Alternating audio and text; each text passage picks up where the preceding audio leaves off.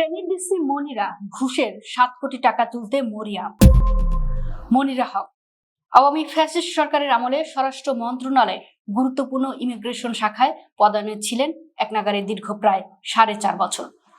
গুম খুনের নায়ক স্বরাষ্ট্রমন্ত্রী আসাদুজ্জামান খান কামালের ঘনিষ্ঠজন হিসেবে পরিচিত ছিলেন। এমনকি মন্ত্রীর মানি কালেক্টর টিমের অন্যতম সদস্য হিসেবেও তাকে আখ্যায়িত করা হতো। এছাড়া একই সঙ্গে শেখ হাসিনার এক সময়ের পিএস, সাবেক প্রভাবশালী আমলা ও এমপি আলাউদ্দিন নাসিমেরও ঘনিষ্ঠজন হিসেবে পরিচিত ছিলেন এই মনিরা হক। আলাউদ্দিন আহমেদ চৌধুরী নাসিমেই নিজের এলাকা পরশুরামে ইউএনও হিসেবে পদায়নের ব্যবস্থা করেন মনিরা হককে। আলাউদ্দিন নাসিমের রেফারেন্সেই পরশুরাম থেকে পরবর্তীতে সরাসরি চলে আসেন স্বরাষ্ট্র মন্ত্রণালয়। সেই মনিরা হকই এখন ফেনী জেলা প্রশাসক। অন্তর্বর্তী সরকারের আমলে ডিসি নিয়োগকে কেন্দ্র করে দফায় দফায় ঘুষ কেলেঙ্কারি হয়। এ নিয়ে অনেক হইচইও হয়।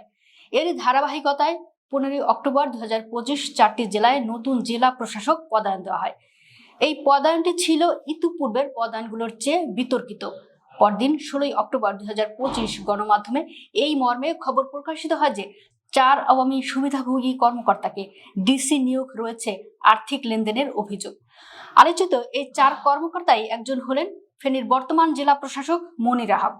প্রশাসনে তখন এই মর্মে চাউর ছিল যে ফেনীর ডিসি পদে পদায়নে 7 কোটি টাকা লেনদেন হয়েছে। অভিযোগ রয়েছে 7 কোটি টাকা ডিসি মনিরা হক ফেনীর জেলা প্রশাসক পদে বসেই অত্যন্ত বেপরোয়া হয়ে উঠেছেন ঘুষের টাকা তোলার জন্য। ডিসি মনিরা হকের ঘনিষ্ঠ সূত্রগুলো বলছে 7 কোটির বড় অংশই দিয়েছেন একজন ব্যবসায়ী। তিনি নাকি আশঙ্কা করছেন আওয়ামী কর্মকর্তা হিসেবে যে কোনো সময় ডিসি পদ থেকে প্রত্যাহার হতে পারেন, তাই শুরু থেকেই বেপরোয়া ঘুষ বাণিজ্যে নেমে পড়েছেন। জেলা প্রশাসনের অধীন অবৈধ আয়ের এমন কোনো খাত নেই যা তিনি কাজে লাগাচ্ছেন না। কৃষি জমি সুরক্ষা আইন যথাযথভাবে প্রয়োগ না করা, অর্থাৎ মাটি খেকো সিন্ডিকেটগুলোকে ছাড় দেওয়া, মাদকের বিস্তার, অবৈধ ইটভাটা, এমনকি সরকারের উন্নয়ন কর্মকাণ্ডে বাধা সৃষ্টির মতো গুরুতর অভিযোগ উঠেছে বেপরোয়া দুর্নীতিবাজ জেলা প্রশাসক মনিরা হকের বিরুদ্ধে। চাঁদাবাজ ও ভূমিদস্যু চক্রের সঙ্গে যোগ সাজেশে একটি ইউপি ভবন নির্মাণের কার্যক্রমে ডিসি মনিরা হক অবৈধভাবে বাধা সৃষ্টি করেছেন বলে সুনির্দিষ্ট অভিযোগ পাওয়া গেছে।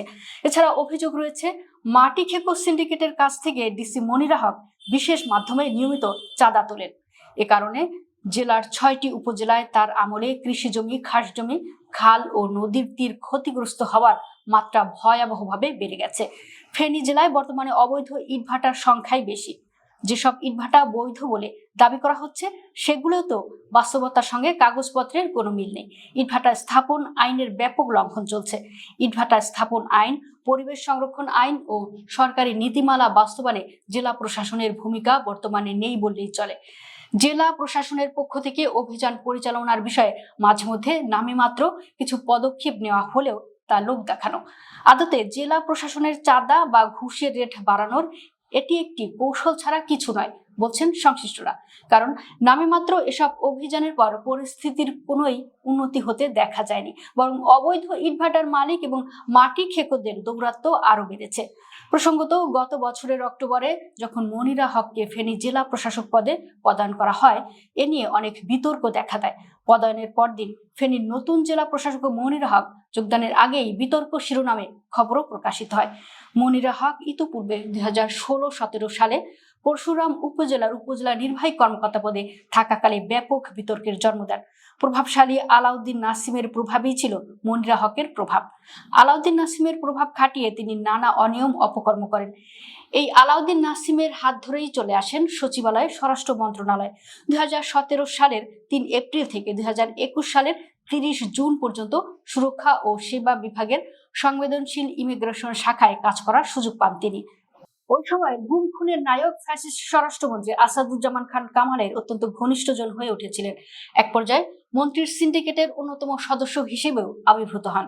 তৎকালীন অতিরিক্ত সচিব ডক্টর হারুন আর রশিদ বিশ্বাসের নেতৃত্বে ওই সিন্ডিকেট গড়ে তোলা হয়েছিল। সিন্ডিকেটে অন্য আরও ছিলেন যুগ্ম সচিব ধনঞ্জয় কুমার দাস, প্রশাসনিক কর্মকর্তা মোল্লা ইব্রাহিম হোসেন, সহকারী একান্ত সচিব মনির হোসেন, জনসংযোগ কর্মকর্তা শরীফ মাহমুদ অপু। এমন কোনো অপকর্ম নেই যা এরা করেনি।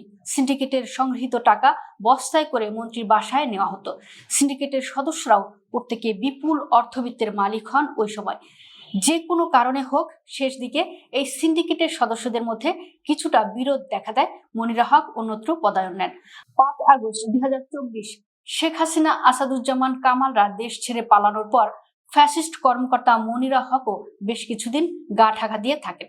পরবর্তীতে ডক্টর মোহাম্মদ ইউনূসের নেতৃত্বাধীন অন্তর্বর্তী সরকারের আমলে অন্যান্য ফ্যাসিস্ট কর্মকর্তাদের মতো মনিরা হকও জামাত কানেকশনে পুনর্নির্বাসিত হন। এক পর্যায়ে পদায়ন পান শিক্ষা মন্ত্রণালয় এবং এখানেও উন্নয়ন শাখার মতো গুরুত্বপূর্ণ দায়িত্বে ছিলেন তিনি।